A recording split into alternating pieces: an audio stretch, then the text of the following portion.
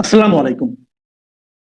প্রিয় দর্শক, আপনাদের সকলকে আমন্ত্রণ জানাচ্ছি অন্য মঞ্চের আলাপ চাই। বাড়ি থেকে বের করে দিয়েছিলেন, কিন্তু কই ওয়াকারুজ্জামান কিংবা সেনাবাহিনীর কেউ কিংবা তারেক রহমানের নিরাপত্তা নিয়ে চিন্তিত কেউ তো তাকে সাবেক সেনাপ্রধান এবং প্রেসিডেন্ট জিয়াউর রহমানের পুত্র হিসেবে আবারও ক্যান্টনমেন্টে ফিরিয়ে নিয়ে গিয়ে সবচেয়ে সুরক্ষিত জায়গায় একটা আবাসস্থল দেওয়ার কথা বলছেন না?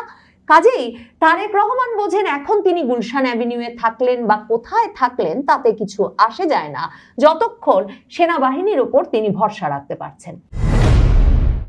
বাংলাদেশের প্রধানমন্ত্রী তারেক রহমান কিংবা বাংলাদেশের কোনো প্রধানমন্ত্রী প্রেসিডেন্ট ট্রাম্প কিংবা খামেনি কিংবা লিবিয়ার মুয়াম্মার গাদ্দাফি কিংবা ইরাকের সাদ্দাম হোসেন নন যে তাদের নিজেদের নিরাপদ রাখতে, বহিঃশক্তির আক্রমণ থেকে নিজেদেরকে রক্ষা করতে মাটির নিচে সুড়ঙ্গ পথ বা বাংকার তৈরি করে রাখতে হবে। সম্প্রতি খবর বেরিয়েছে ইরান যুদ্ধের মধ্যেই যে হোয়াইট হাউসে প্রেসিডেন্ট ট্রাম্প বিরাট একটা বলরুম নির্মাণের পরিকল্পনা নিয়েছিলেন। 90,000 স্কোয়ার ফুট জায়গা জুড়ে সেই বলরুম নির্মিত হওয়ার কথা ছিল। এখন সেই জায়গা জুড়ে বাংকার নির্মাণের কথা ভাবছেন। হোয়াইট হাউসে প্রেসিডেন্ট ট্রাম্প বা মার্কিন প্রেসিডেন্টদের এরকম মাটির নিচে সুরক্ষিত জায়গায় থাকবার ব্যবস্থা আগে থেকেই ছিল। এবার আরো সুরক্ষিত, আরো গভীরে এই সুড়ঙ্গ পথ আর বাংকার তৈরির পরিকল্পনার কথা জানা গেছে। এরই মধ্যে এখন খবর বের হচ্ছে যে তারেক রহমানের জন্য এমন এক বাসভবন তৈরি হচ্ছে বাংলাদেশে, যেই বাসভবনে নাকি বাংকার থাকবে এবং টানেল থাকবে। খবর বলছে যে বহিঃশত্রুর আক্রমণ থেকে প্রধানমন্ত্রীকে রক্ষা করতেই এমন ব্যবস্থা গ্রহণের কথা ভাবা হয়েছে। পত্রিকার খবরে বলা হচ্ছে বাড়ির নকশায় থাকছে বহির্বিশ্বের প্রধানমন্ত্রীদের বাড়ির আধুনিক ডিজাইন। সব সেফটি ও সিকিউরিটি মেনে বাসভবনের মাটির নিচে থাকবে অত্যাধুনিক বাংকার এবং সুড়ঙ্গ বা টানেল, যা বহিঃশত্রুর আক্রমণ থেকে প্রধানমন্ত্রীর পরিবারকে সুরক্ষা দেবে, এমনটাই পরিকল্পনা গণপূর্ত বিভাগের। মানে বলা বাহুল্য যে তারেক রহমানের নিরাপত্তা পরিস্থিতি কতটাই ভালো এখন যে তারেক রহমান একেবারে সাধারণ মানুষের মতো জনবসতিপূর্ণ এলাকা গুলশান অ্যাভিনিউতেই কিন্তু এসে উঠেছেন, যখন ডিসেম্বরে অবশেষে তার দেশে ফেরার অনুমতি মিলেছিল এবং তিনি দেশে ফিরে এসেছিলেন। প্রধানমন্ত্রী হবার পরে তিনি কোথায় থাকবেন এই আলোচনার মধ্যে ঠিক হয়েছিল যে ডক্টর ইউনূস যমুনা ছেড়ে দিলে তিনিও গিয়ে যমুনায় উঠবেন, কিন্তু এখন পর্যন্ত তিনি যমুনায় ওঠেন নাই। গুলশান অ্যাভিনিউতে তারেক রহমানের নামে জারি করা ওই বাড়িটিতেই তিনি থাকছেন এবং সেখানে চারদিকে নানা রকম কাঁটাতারের বেষ্টনী এবং নিরাপত্তা ব্যবস্থা দিয়ে একটা সুরক্ষার ব্যবস্থা করেছিল বিএনপির দলীয় নিরাপত্তা ব্যবস্থা তারেক রহমান দেশে ফেরার আগে। তারেক রহমান জানেন, বিএনপি জানে যে যখন বাংলাদেশে যাদের নিরাপত্তা দেওয়ার কথা, আর বাংলাদেশে বারবার রাষ্ট্রপ্রধান সরকার প্রধানদের নিরাপত্তা যে বাহিনীটি কেড়ে নেয়, সেই বাহিনীটি যতদিন একজনকে নিরাপত্তা দিতে চাইবে ততদিন সেই ব্যক্তির নিরাপত্তায় বাংলাদেশের ক্ষেত্রে কোনো রকম ব্যাঘাত সৃষ্টির কোনো সম্ভাবনা নাই। তাই তারেক রহমান এমনকি ট্রাফিক আটকাচ্ছেন না যখন রাজপথে চলাচল করছেন তার ব্যক্তিগত গাড়ি নিয়ে, এবং স্ত্রী কন্যা নিয়ে কখনো সিনেমা দেখতে চলে যাচ্ছেন সীমান্ত স্কোয়ারে, কখনো বা বেইলি রোডে নাটক দেখতে চলে যাচ্ছেন। তারেক রহমান এই ফুরফুরে মেজাজে যে আছেন তার সবচেয়ে বড় কারণ তিনি আসল জায়গা থেকে নিরাপত্তার শতভাগ গ্যারান্টি পেয়েছেন, যদিও সব সময়ই ওই বাহিনীটিকে এই প্রশ্ন করতেই হয় যে তাদের গ্যারান্টির যথেষ্ট মূল্য আছে কিনা। এই মুহূর্তে তারা যাকে গ্যারান্টি দেয় পর মুহূর্তে সে গ্যারান্টি তুলে নিতে পারে কিনা, তবু সেই নিশ্চয়তার উপরে ভিত্তি করেই তারেক রহমান এই ফুরফুরে মেজাজে ঘুরে বেড়াচ্ছেন।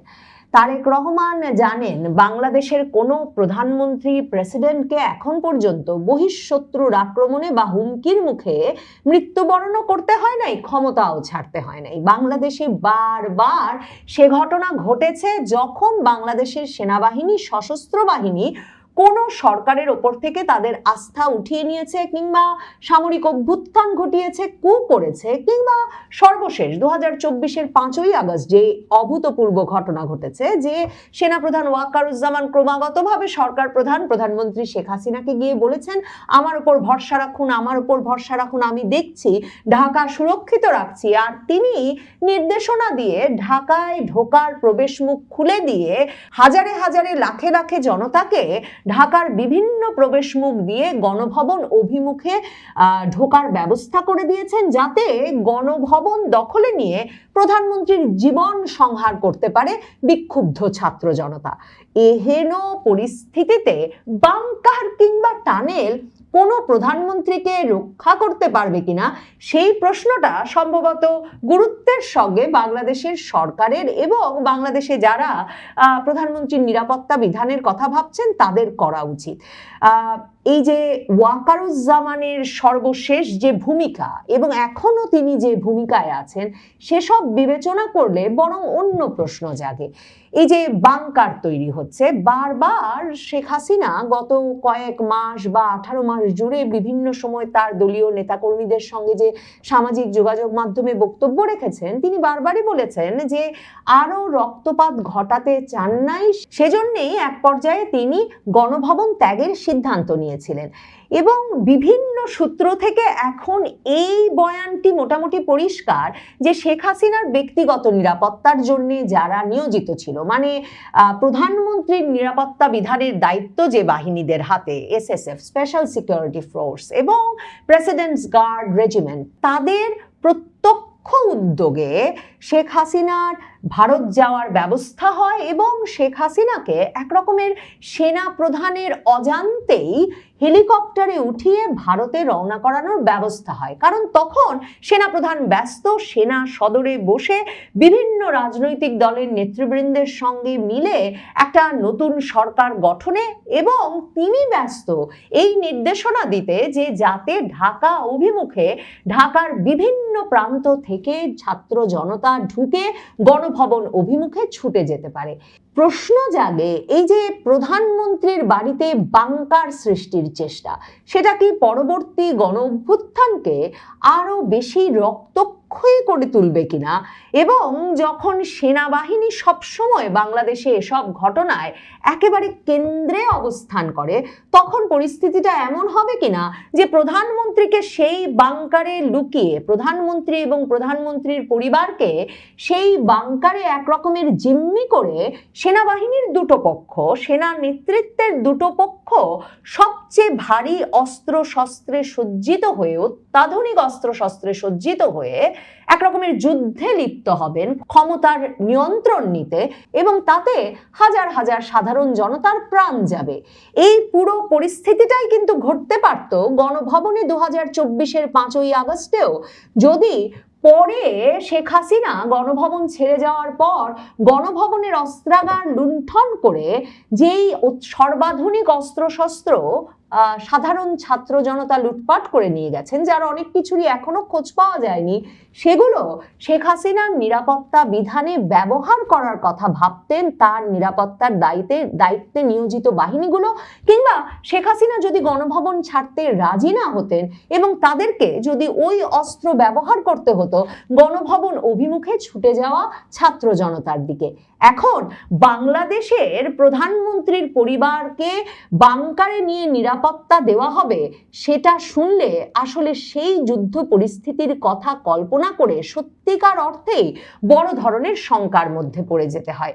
তারেক রহমান বিশ্বাস করেন যে সেনাবাহিনী যতদিন তার পক্ষে আছে, সেনাবাহিনী যতদিন তাকে নিরাপত্তা দেবে বলে কথা দিয়েছে, ততদিন তিনি নিরাপদ আছেন। মানে সাধারণ মানুষের কাছ থেকে তার কোনো হুমকি নাই। কখনো বাংলাদেশের কোনো সরকার প্রধান, রাষ্ট্রপ্রধানেরই সাধারণ মানুষের কাছ থেকে কোনো হুমকি ছিল না। বঙ্গবন্ধুকে হত্যা করেছে সেনাবাহিনী, প্রেসিডেন্ট জিয়াউর রহমানকে হত্যা করেছে সেনাবাহিনী, এবং এমন নৃশংসতার নিদর্শন তারা রেখে গেছে। বঙ্গবন্ধুকে সপরিবারে হত্যা করেছে, এরপর বাড়ি বাড়ি গেছে, বঙ্গবন্ধুর ঘনিষ্ঠ সহচরদেরকে পর্যন্ত বাড়ি বাড়ি গিয়ে তাদের শিশু সন্তানদের সহ হত্যা করেছে, গর্ভবতী মহিলাদের হত্যা করেছে। তেমনি প্রেসিডেন্ট জিয়াউর রহমানকে যখন তারা হত্যা করেছে, এমন ভাবে ব্রাশ ফায়ার করেছে যে প্রেসিডেন্ট জিয়াউর রহমানের মুখের একটি অংশ উড়ে গিয়েছিল, তাকে আর চেনার কোনো উপায় ছিল না।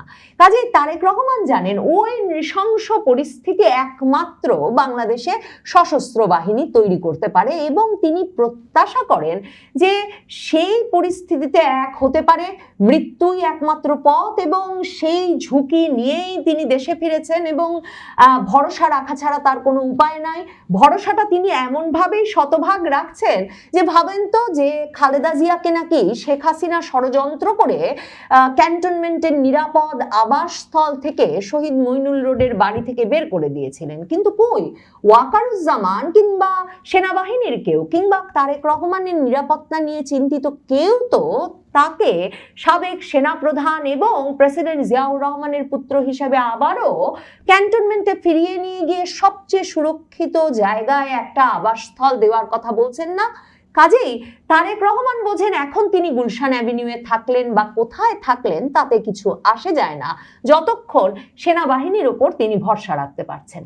গণপূর্ত অধিদপ্তর এখনো ঠিক করে নাই অবশ্য এই বাংকার টানেল সমৃদ্ধ প্রধানমন্ত্রীর বাড়িটি তারা কোথায় নির্মাণ করতে পারবে। আর তারেক রহমান জানেন ওই বাড়িটা নির্মিত হওয়া পর্যন্ত তিনি থাকতে পারবেন কিনা, কিংবা যারা এমন বাংকার টানেল দিয়ে বাড়ি নির্মাণের পরিকল্পনা করছে তারা আসলে ওই বাড়ি হতে হতে ওখানে কাকে বসাতে চায়, ওখানে কি কোনো সামরিক শাসক বসবেন নাকি বেসামরিক নির্বাচিত সরকার বসবেন, সেটাও কেউ বলতে পারে না। সে অবস্থায় তারেক রহমান সম্ভবত এই বাড়িটি নিয়ে তেমন উৎসাহিত নন, তিনি বরং নিরাপদে তার দলীয় নিরাপত্তা ব্যবস্থার ভেতরেই গুলশান অ্যাভিনিউতে থাকার সিদ্ধান্ত সে কারণেই নিয়ে রেখেছেন।